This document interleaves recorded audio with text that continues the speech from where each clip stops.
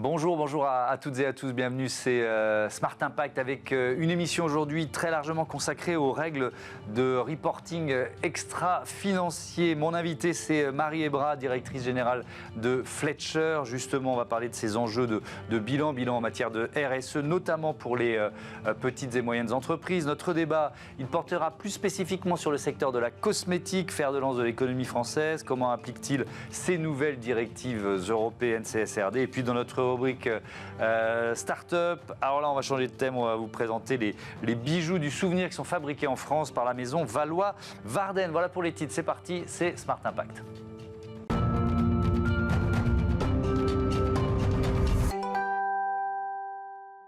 L'invité de Smart Impact, c'est Marie Ebra. Bonjour. Bonjour. Bienvenue, vous êtes la directrice générale de Fletcher. Vous pouvez nous présenter Fletcher pour commencer? Oui, absolument. Fletcher, c'est une solution donc, technologique innovante dédiée aux entreprises qui souhaitent améliorer le pilotage de leur performance RSE et également gagner du temps dans leurs opérations de reporting ESG. Ouais. Ce sont des entreprises qui sont extrêmement challengées de par leurs parties prenantes, de par l'ensemble de leur écosystème, que ce soit leurs clients, leurs consommateurs, leurs partenaires, également leurs partenaires financiers, qui les challengent de plus en plus, notamment par exemple des partenaires bancaires, qui aujourd'hui, pour les suivre, les challenge à la fois sur leur performance financière, mais également sur leur performance extra-financière. Donc c'est pour ces raisons qu'elles ont besoin d'avoir des documents conformes, alignés, qui répondent à ces exigences, et Fletcher est là pour les accompagner à produire ces éléments. Vos clients sont majoritairement des PME, voire des ETI, des entreprises de taille intermédiaire? Oui, absolument. Ce sont essentiellement donc des PME, PMI, ETI. La clientèle de Fletcher, en fait, elle est assez plurielle et segmentée. On a d'abord effectivement des PME, PMI, ETI, alors qui ont des enjeux de digitalisation, qui souhaitent digitaliser leur process de démarche RSE et de reporting et qui souhaitent progresser, évidemment, sur ces enjeux-là. On a également ces mêmes entreprises qui, elles, vont être soumises à obligation de reporting de type CSRD. On va être amené à en reparler. Et là, en l'occurrence, Fletcher va les accompagner donc, sur ces enjeux de mise en conformité et d'alignement à cette nouvelle directive. La solution que vous proposez, concrètement, ça fonctionne comment ? Alors, Fletcher, c'est une solution en mode SaaS, d'accord, donc sur le principe d'une licence, c'est-à-dire en mode SaaS, c'est un logiciel qui n'a pas besoin d'installation ou de paramétrage particulier. Typiquement, donc, en se loguant, en accédant à Fletcher, les utilisateurs vont avoir accès à un workflow complet, c'est-à-dire un ensemble de modules qui va leur permettre de réaliser toutes les opérations en lien avec le développement de leur démarche RSE et également toutes les opérations en lien avec le reporting ESG. C'est-à-dire qu'ils vont avoir accès à des modules dédiés à une étape de diagnostic et également une feuille de route. Donc là, on sera dans l'ultra opérationnel. Et également tout un module dédié, bien sûr, à la collecte de data, de données, à la fois qualitatives et quantitatives. Et évidemment, on a également développé un module dédié à ce qu'on appelle à l'analyse de double matérialité, qui est un exercice un petit peu complexe. La double matérialité, c'est quoi? C'est le bilan comptable d'un côté, le bilan extra-financier de l'autre? C'est un peu plus complexe que ça? C'est un tout petit peu plus complexe que ça, mais dans l'idée, c'est ça. Le principe de la double matérialité, c'est la porte d'entrée pour les travaux préparatoires en lien avec la mise en conformité CSRD. En fait, c'est surtout l'idée qui est très européenne, à contrario d'une idée un petit peu plus anglo-saxonne, que les entreprises aujourd'hui doivent prendre en compte, non seulement les impacts de leur environnement au sens large, les impacts financiers qui peuvent impacter leurs activités, leur économie, mais également la réciproque, c'est-à-dire les impacts à la fois positifs et négatifs qu'elles vont pouvoir avoir sur l'environnement, sur leurs parties prenantes, sur l'économie. Et en fait, l'objectif de cette analyse de double matérialité, c'est d'identifier les enjeux dits matériels, en fait, significatifs, importants, sur lesquels elles vont devoir fournir à la fois des politiques, mettre en place des actions et fournir des objectifs, des indicateurs de performance sur les sujets sociaux, environnementaux et de gouvernance.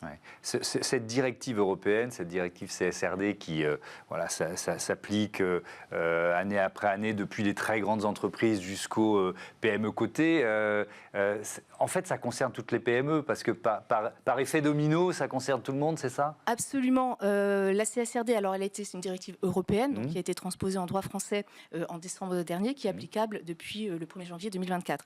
Alors, effectivement, d'un point de vue réglementaire, elle va concerner plusieurs entreprises. Donc, d'abord, les gros groupes qui étaient soumis à ce qu'on appelle la DPEF dans l'ancienne législation et qui vont basculer vers ce qu'on appelle aujourd'hui donc la CSRD, qui est ni plus ni moins en fait qu'une révolution dans le domaine de l'extra-financier.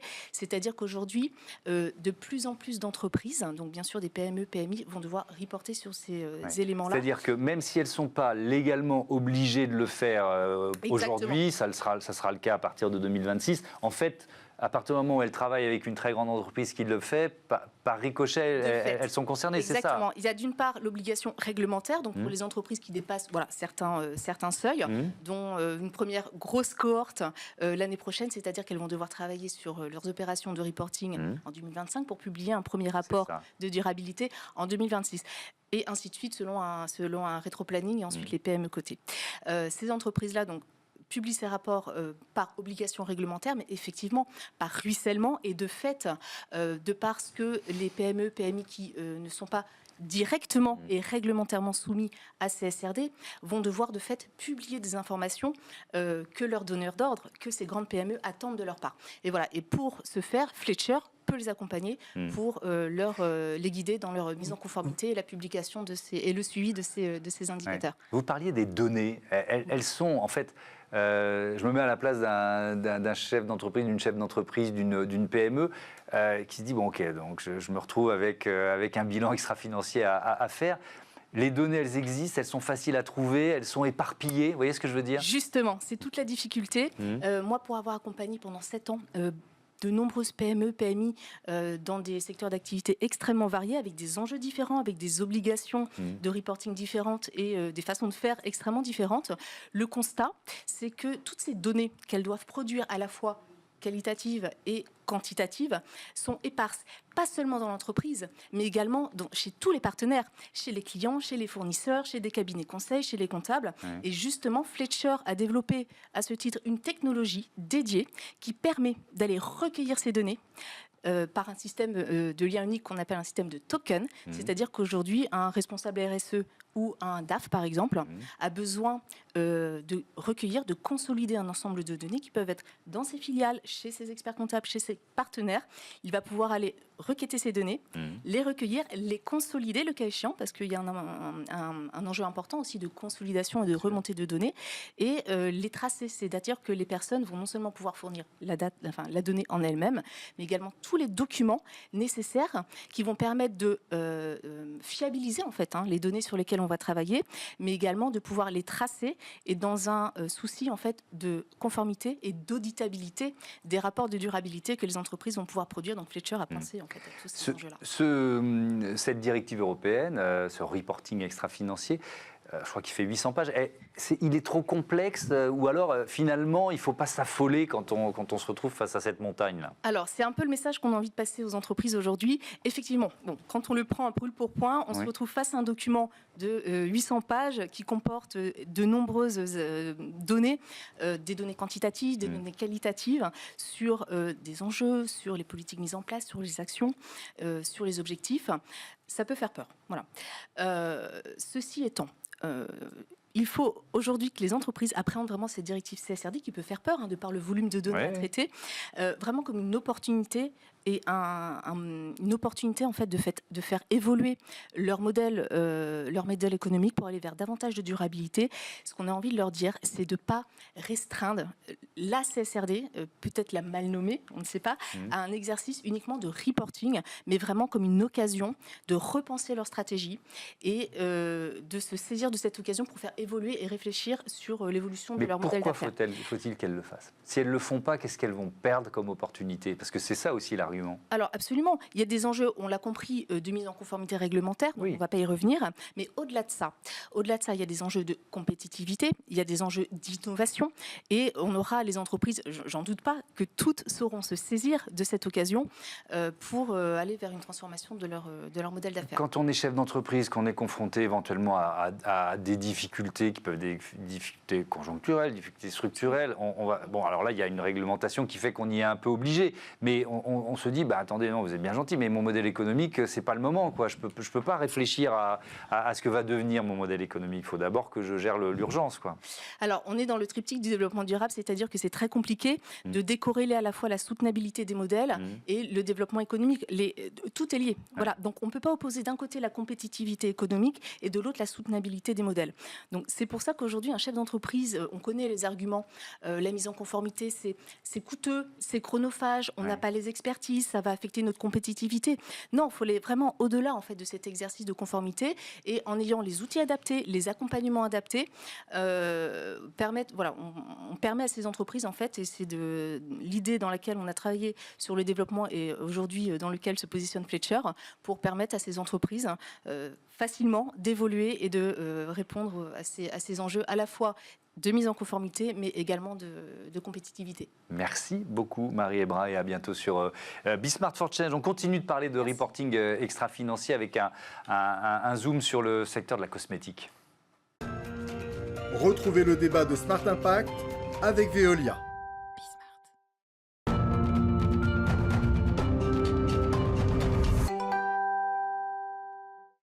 C'est le débat de ce Smart Impact. Je vous présente mes invités. Stéphanie Lumbers, bonjour. Bonjour. Bienvenue, vous êtes directrice du développement durable à la Fédération des entreprises de la beauté. Maxime Vica, bonjour. Bonjour. Bienvenue à vous aussi, directeur au sein des équipes Capgemini Invent et en charge de ce projet. On va l'analyse de la double matérialité sectorielle dans le secteur de la cosmétique. Je vous ai dit ça, vous avez tous envie de fuir, mais vous allez voir, c'est hyper important. On continue évidemment de parler de reporting extra-financier de cette directive européenne CSRD, spécifiquement dans le secteur de la cosmétique. Fédération des entreprises de la beauté, vous représentez tout le secteur, combien d'entreprises? Expliquez-moi. On représente environ 350 entreprises, Oui. des très grands groupes multinationaux, mais aussi un grand nombre d'entreprises PME, ETI, voire TPE, qui représentent en fait tout l'écosystème de la cosmétique en France. Oui, alors quand je regarde le secteur de la cosmétique, j'ai trouvé ces chiffres, 7500 entreprises, 54 000 emplois et un chiffre d'affaires global de plus de 30 milliards d'euros. Et si on se place au niveau mondial, qu'est-ce que ça représente? C'est quoi le bilan carbone du secteur? Est-ce que ça a été évalué, ça? Parce qu'on est au cœur des enjeux du reporting extra-financier, de la double matérialité. C'est un aspect important. Les émissions de carbone, c'est loin d'être le seul. C'est pas le seul, on est bien d'accord. Le principe, c'est d'ouvrir au-delà de la comptabilité carbone. Alors, on a fait une étude pour identifier les émissions des principaux postes. Et donc, on a fait, c'est disponible sur le site de la FEBA d'ailleurs, donc cette cartographie. On n'a pas réussi, à cause de la complexité vraiment de l'univers cosmétique, de vraiment identifier les émissions totales, parce qu'il faudrait avoir plus d'informations sur les consommations dans différents pays. Donc on n'a pas ce chiffre, mais en revanche, on connaît bien nos postes. Et donc c'est ce qui permet ensuite d'établir des plans de décarbonation. Ça, c'est intéressant. Les postes les plus importants et donc les leviers les plus efficaces, exactement. Quels sont-ils? Alors, il y a un premier aspect qui n'est pas facile à appréhender, c'est celui lié à la consommation des produits eux-mêmes, l'eau chaude de la salle de bain. Qui est vraiment un des premiers postes d'émission. Pas évident pour les entreprises d'agir là-dessus. Ensuite, il y a beaucoup de choses sur les achats, et c'est vraiment là qu'on va pouvoir agir. Achat de matières premières, achat des matériaux d'emballage, le transport.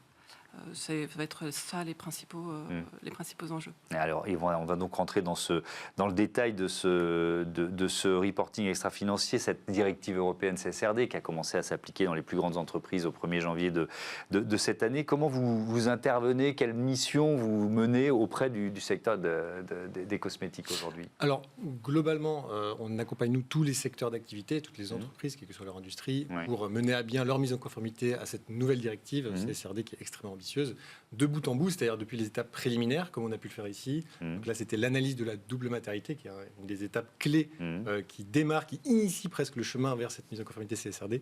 Et après, pour des acteurs de la cosmétique ou autres, on va jusqu'à la rédaction de ce fameux rapport, jusqu'à son industrialisation, sa digitalisation. Aujourd'hui, on commence à poser déjà les briques digitales, technologiques pour accélérer cette mise en conformité qui sera un processus lourd car annualisé. Et donc, autant l'automatiser autant que possible. aujourd'hui. Quels sont les défis que vous avez à relever quand on se dit « Ok, je suis une entreprise du secteur des cosmétiques, il faut que je me mette en conformité à la nouvelle directive européenne ». Alors, il y a plusieurs enjeux auxquels les entreprises sont confrontées. Alors, dans la cosmétique en particulier aussi, il y a tout d'abord la richesse, la diversité extrême du nombre d'indicateurs qu'il y a à collecter, à capter, et ce sur toute sa chaîne de valeur, pas uniquement aux bornes de son entreprise, sur des problématiques environnementales, sociales, de gouvernance. Donc le champ, je dirais, thématique, fonctionnel est extrêmement vaste. Donc ça, c'est la première complexité. Aujourd'hui, ces données-là sont captées souvent par des processus très manuels, parfois artisanaux, encore qu'on se le dise. Et donc, voilà, il y a poser déjà un plan qui soit très structuré pour capter ces données. Et le deuxième obstacle qu'on observe, c'est l'alignement organisationnel, puisqu'en fait, on se rend compte que là où le sujet de la durabilité était beaucoup traité par les équipes RSE, historiquement, aujourd'hui, il devient de plus en plus un sujet financier, de compliance, réglementaire, juridique même. Et donc, il y a de plus en plus d'acteurs au sein des organisations qui sont en charge et qui ont la responsabilité. Donc, il s'agit de les aligner. Donc, c'est aussi notre rôle d'accompagner les entreprises. Et donc, cette analyse qui est effectuée, c'est quoi pour les entreprises que vous représentez? Un peu comme une boussole, comment vous l'imaginez? C'est un petit peu ça. En fait, on a souhaité, en tant que fédération, apporter des outils pour accompagner nos entreprises à relever ce défi qui est quand même immense. C'est une directive qui est extrêmement ambitieuse. Donc, on a réfléchi à comment est-ce qu'on peut les aider. Et dans la mesure où l'analyse de matérialité, c'est vraiment la pierre angulaire, le socle de ce reporting, il nous a semblé que ça serait déjà quelque chose à proposer que de faire cette analyse collective. Il y a à la fois, pour les entreprises qui ont participé, ça a eu des vertus, ne serait-ce que pédagogiques, passer de quelque chose qui est quand même assez compliqué, peut-être abstrait, à concrètement à quoi ressemble cette analyse de matérialité. Donc ça, c'était une première chose. Et ensuite, les résultats permettent de confronter les points de vue. Même pour ceux qui avaient déjà beaucoup avancé dans le processus, le fait de pouvoir échanger sur tel ou tel aspect était quand même très riche. Et enfin, en tant que fédération, ce qui est intéressant, c'est aussi de partir de ce résultat pour identifier quels sont les enjeux les plus importants pour notre secteur et ensuite dérouler des plans d'action collectifs. Est-ce qu'il y a des contraintes spécifiques au secteur des cosmétiques face à ce défi de la directive européenne? Des contraintes peut-être pas, mais Maxime l'évoquait, on a un secteur qui est quand même très exposé à tous ces enjeux RSE parce que on dépend de commodités agricoles, on va travailler on dépend beaucoup de l'eau, les émissions de carbone évidemment comme tout le monde. Donc finalement l'analyse a montré que quasiment tous les enjeux sont dits matériels. Matériel étant ici dans le cadre de la CSRD synonyme de important. Et donc sur beaucoup de choses, les entreprises vont ensuite devoir décliner des plans d'action et des indicateurs pour à la fois réduire leurs impacts et pour se préparer à prendre en compte les risques aussi que tous ces enjeux font peser sur leurs activités. Oui, effectivement, parce que c'est aussi une façon d'anticiper les conséquences du réchauffement climatique sur sa propre activité. C'est aussi à ça que sert la conformité et la mise en conformité à cette directive. On l'a déjà dit dans l'émission, mais moi j'adore faire de la pédagogie. On va rappeler ce qu'est cette logique de double matérialité, Maxime Vicard. Alors on peut en parler en effet. Donc c'est une des premières étapes absolument critiques et fondamentales pour la mise en conformité à la CSRD, qui en fait, si je le dis en termes très simples, va servir à identifier quel est le périmètre de reporting sur lequel l'entreprise va devoir se positionner et donc générer des indicateurs qui soient qualitatifs ou quantitatifs. Et donc on va lister toutes les problématiques environnementales, sociales et de gouvernance auxquelles l'entreprise peut être exposée et ensuite qualifier quelle est la sévérité ou la probabilité que ce risque ou cette opportunité peut représenter pour cette entreprise donnée. Et donc finalement, c'est grâce à cette approche-là qu'on sait dire ensuite quels sont les indicateurs spécifique à cette entreprise qu'elle va devoir publier et reporter demain. Pourquoi on parle de double matérialité? Alors, double matérialité, j'y viens en effet. On parle de matérialité d'impact d'un côté et de matérialité financière de l'autre. La matérialité d'impact, c'est quel est l'impact que l'entreprise va avoir sur son écosystème, à la fois environnemental, social et de gouvernance.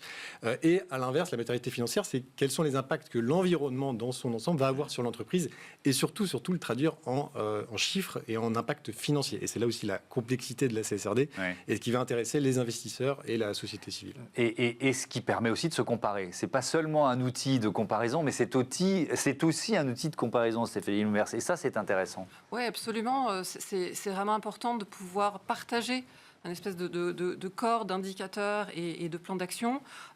C'est une des forces de la CSRD, c'est vraiment de normer d'une certaine façon pour que les reportings soient, comme vous disiez, comparables entre eux, comparables dans le temps aussi, suivis dans la durée. Ça aussi, c'est important, pas changer d'indicateur d'une année à l'autre. Et c'est vraiment donc extrêmement structurant dans les politiques RSE, mais aussi plus généralement dans les politiques d'entreprise. Parce qu'une des grandes forces de la CSRD, c'est quand même que la RSE devient un élément vraiment de la gestion des entreprises, et alors que les choses étaient un peu en parallèle précédemment. Ouais. Est-ce que c'est un peu comme un nouveau langage à apprendre pour vous ? Oui, c'est une bonne analogie. Et comme toute nouvelle langue, quand on ouvre le cahier de texte le premier jour d'école, c'est pas du tout évident. Il y a tout un jargon extrêmement spécifique. Et justement, les travaux qu'on a pu mener ensemble là, pour les secteurs, pour les entreprises de la cosmétique, c'était aussi de décrypter tout ce jargon et de décrypter tous les enjeux et en quoi ils sont pertinents pour le secteur de la cosmétique. Et alors, si on est très concret, comment les entreprises du secteur, peut-être pas les plus grosses, mais des petites entreprises du secteur de la cosmétique peuvent utiliser votre étude, votre analyse? Alors, bon, ça va leur permettre déjà d'éviter le syndrome de la page blanche, parce qu'en effet, on en revient à l'analogie là, du scolaire. Ouais. C'est pour elles une première étude qui leur permet d'identifier quels sont à l'échelle de leur industrie, de la filière, finalement les principaux risques, les principales opportunités sur lesquelles elles peuvent s'appuyer elles pour aller les adapter et se poser la question de est-ce que leur organisation est exposée aux mêmes risques ou peuvent bénéficier des mêmes opportunités, et donc calquer et surtout ensuite adapter le fruit de ces travaux-là. Et j'insiste aussi, il n'y a pas que pour les petites entreprises que ce travail-là est intéressant. Pour les grosses entreprises aussi, celles qui ont déjà pu initier ce travail, ça les conforte quelque part, ça les rassure. Elles sont mieux outillées quand même pour s'attaquer à cet Everest de la CSRD. Elles le sont, mais elles sont toujours tout aussi intéressées par savoir comment leurs collègues, leurs pairs ont pu évaluer certains risques ou certaines opportunités et aussi parfois éviter des erreurs de jugement. Et donc ça rassure encore une fois, même quand on est un mastodonte de la cosmétique. Comment l'industrie de la cosmétique se transforme ? Alors, il y a beaucoup d'enjeux, on l'a compris dans la CSRD, il y a des enjeux de gouvernance, il y a des enjeux environnementaux. Je vais rester sur le secteur, l'impact environnemental. Comment le secteur se transforme ? Alors, le secteur a déjà pris à bras-le-corps tous ces sujets-là. On a énormément de projets. Chaque entreprise, évidemment, mène ses plans d'action, cherche à se transformer, réduire l'impact au niveau des ressources, la consommation d'eau dans les produits, l'eau dans les opérations industrielles, les déchets. Donc tout cela est largement déjà mis en œuvre dans les entreprises, quelle que soit leur taille d'ailleurs. C'est pas qu'une question de taille d'entreprise. Et ce qui est intéressant, c'est aussi la volonté collective de travailler ensemble. Parce que les défis environnementaux et l'urgence environnementale est telle que si chacun suit son petit bonhomme de chemin dans son coin, ça risque de ne pas être assez rapide et pas assez efficace. Et donc on a beaucoup de projets collectifs autour de l'emballage, autour du réemploi de l'emballage, autour du sujet des matières premières. Donc c'est des entreprises concurrentes par ailleurs, travaillent ensemble sur ces objectifs. Ça ne cesse de me surprendre, mais positivement, notamment à travers la FEBA. On essaie de canaliser ces énergies et de mettre en œuvre ces projets mutualisés. Merci beaucoup, merci à tous les deux et à bientôt. Il est disponible où sur le site de FEBA, c'est ça on a peut-être un patron ou une patronne de petite entreprise qui se dit tiens, mais je ne l'ai pas encore lu cette analyse.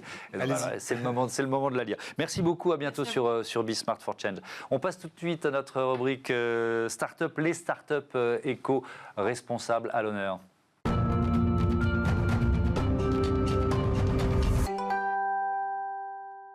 Smart Ideas, notre rubrique consacrée aux startups éco-responsables avec Aurore Genot. Bonjour. Bonjour Thomas Hugues. Bienvenue, vous êtes la fondatrice de la maison Valois-Warden, toute jeune entreprise qui a été lancée à la fin de l'année dernière, mais qui est en activité depuis quelques mois seulement. Pourquoi vous l'avez créée ? C'est quoi ?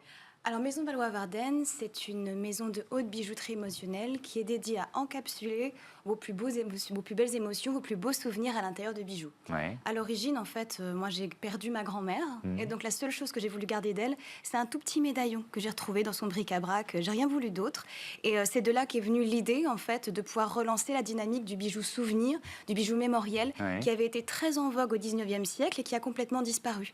Alors qu'on a tous chez nous une petite mèche de cheveux d'un nouveau-né, Oui, c'est vrai. Ou voilà, un petit peu de sable de la plage où vous êtes marié. Et pour pouvoir le garder au plus proche de soi, eh bien l'objectif, c'est de vous créer le plus beau des écrins pour l'avoir. Et c'est ainsi que j'ai réinterprété celui de ma grand-mère. Qu'est-ce qu'il y avait dans le médaillon de votre grand-mère? C'était un petit médaillon flacon qui était dédié à mettre du parfum. Quelque chose qui avait été fait sur mesure dans les années folles en argent. Ça n'a aucune valeur. Et moi, je l'ai trouvé formidable et fantastique. Et je me suis dit qu'on pouvait s'en servir pour faire autre chose et apporter cette dynamique du parfum, certes très français, mais aussi redynamiser la dynamique du bijou de souvenir, du bijou d'émotion, plus globalement. Bijoux du souvenir, bijoux d'émotion. Où et comment sont-ils fabriqués, vos bijoux? Alors nous, on a une vraie logique de durabilité sur 2 volets. La première, c'est qu'on fabrique tout en France. Donc déjà, on a une vraie dynamique locale par rapport à ça. Et on travaille avec des artisans d'art aussi pour essayer de sortir de la bijouterie classique. Et surtout, toute notre production est labellisée. On a des labels comme COC et RJC qui sont éthiques, donc qui veulent dire que la chaîne d'approvisionnement est durable, fait avec des matériaux et des métaux recyclés et dans un vrai respect des conditions humaines et des conditions de travail des gens. Oui, d'accord. Et alors, l'artisanat d'art, c'est quoi? C'est une tradition française, donc c'est facile de trouver des artisans d'art qui savent faire des beaux bijoux, ou alors c'est pas si simple que ça? Ah, c'est pas si simple que ça, surtout qu'en fait, les artisanats d'art d'exception, malheureusement, disparaissent un peu parce que les savoir-faire ne se transmettent pas forcément. Pour faire un bijou comme celui-ci, vous avez 4 à 5 corps de métier qui interviennent dessus. Et l'objectif, nous, c'est de dédier toute notre direction artistique aussi à pouvoir aller sur le souvenir plus global et donc d'inclure des artisans qui ne travaillent pas normalement sur le domaine de la bijouterie pour travailler sur le souvenir et aussi sur une dynamique mémorielle en lien notamment avec les urnes funéraires. On a vraiment envie de travailler sur la dynamique de la mémoire de façon générale. Donc là, le marché du funéraire, on va y revenir si vous voulez bien, mais vous dites 4 ou 5 corps de métier différents, lesquels? Ah, eh ben alors quand vous fabriquez un bijou comme celui-ci, tout en France comme je l'ai déjà dit, vous avez le fondeur, qui travaille la matière, vous avez le polisseur, vous avez le graveur et vous avez le maître bijoutier. Et ces différents acteurs, ils vont intervenir à différentes phases du bijou et parfois ils reviennent 2 fois dessus. C'est pour ça que sur des métiers comme ceux-ci, eh bien, parfois il faut savoir transmettre. Et la chance aujourd'hui qu'on a quand même, c'est que les métiers manuels reviennent en avant et que du coup, tout ce qui est dynamique de sertissage, de haute bijouterie, est vraiment une valeur sûre française et un vrai savoir-faire d'exception là-dessus. Et c'est là-dessus qu'on capitalise. Et donc ce marché du funéraire, c'était votre idée de départ? Vous vous êtes dit, là, il y a un espace aussi. Pourquoi vous y êtes venu? Parce que, étant donné que le projet d'origine était tourné autour de la mémoire de quelqu'un que j'avais aimé, bien sûr, on peut enfermer à l'intérieur tous les grands moments de vie. L'objectif, c'est d'avoir un souvenir heureux des personnes, même qui ne sont plus là. Celles qui sont toujours là, bien sûr, mais on n'est pas sur le souvenir ou qui est terminé, on est vraiment sur un gardien de l'émotion. Et donc, le domaine du funéraire permet aujourd'hui aussi de pouvoir aller chercher une dynamique d'exception là où il n'y en avait pas forcément encore aujourd'hui. Les métiers d'art ont été un peu oubliés dans la dynamique bijoutière sur ce domaine-là. C'est-à-dire que quand on veut partir... ou qu'un défunt parte avec un bijou, c'était des bijoux qui étaient un peu manufacturés, c'est ça, dans lesquels les artisans d'art intervenaient peu? Aujourd'hui, on va dire que la dynamique des grands métiers d'art qu'on peut voir dans la mode, qu'on peut voir dans l'art, ils n'étaient pas forcément présents sur la dynamique notamment de l'urne funéraire. Il y a beaucoup de travail qui a été fait sur tout ce qui est cercueil. Et du coup, l'objectif, c'est d'aller chercher des métiers d'art d'exception pour créer des objets un petit peu extraordinaires. Moi, je travaille avec un artisan qui fait de la porcelaine de Limoges et qui maîtrise des techniques comme la lithophanie, qui ne se font quasiment plus sur des biscuits en porcelaine, et qui maîtrise également la 3e cuisson à l'or. Donc nos urnes funéraires, elles sont constituées de porcelaine de Limoges, une dynamique contemporaine, avec donc des savoir-faire extraordinaires et de l'or recyclé. Et l'objectif, c'est d'aller chercher des métiers comme plumassières, comme des tourneurs sur bois, comme des doreurs botanistes, et ça existe, croyez-moi, il y en a très peu en France, mais qui dorent sur des fleurs ou sur des feuilles mortes, des plantes mortes, et qui du coup vont amener leur savoir-faire pour créer des pièces absolument extraordinaires et leur donner des débouchés qu'ils n'avaient absolument pas avant. Merci beaucoup Aurore Genot et bon vent à la maison Valois-Varden. Voilà, c'est la fin de ce numéro de Smart Impact. Je voudrais remercier Alexis Mathieu, Marie Billat à la programmation, à la production, Théo Bocard, le réalisateur, Thibaut Gouré-Lafont, ingénieur du son. Salut.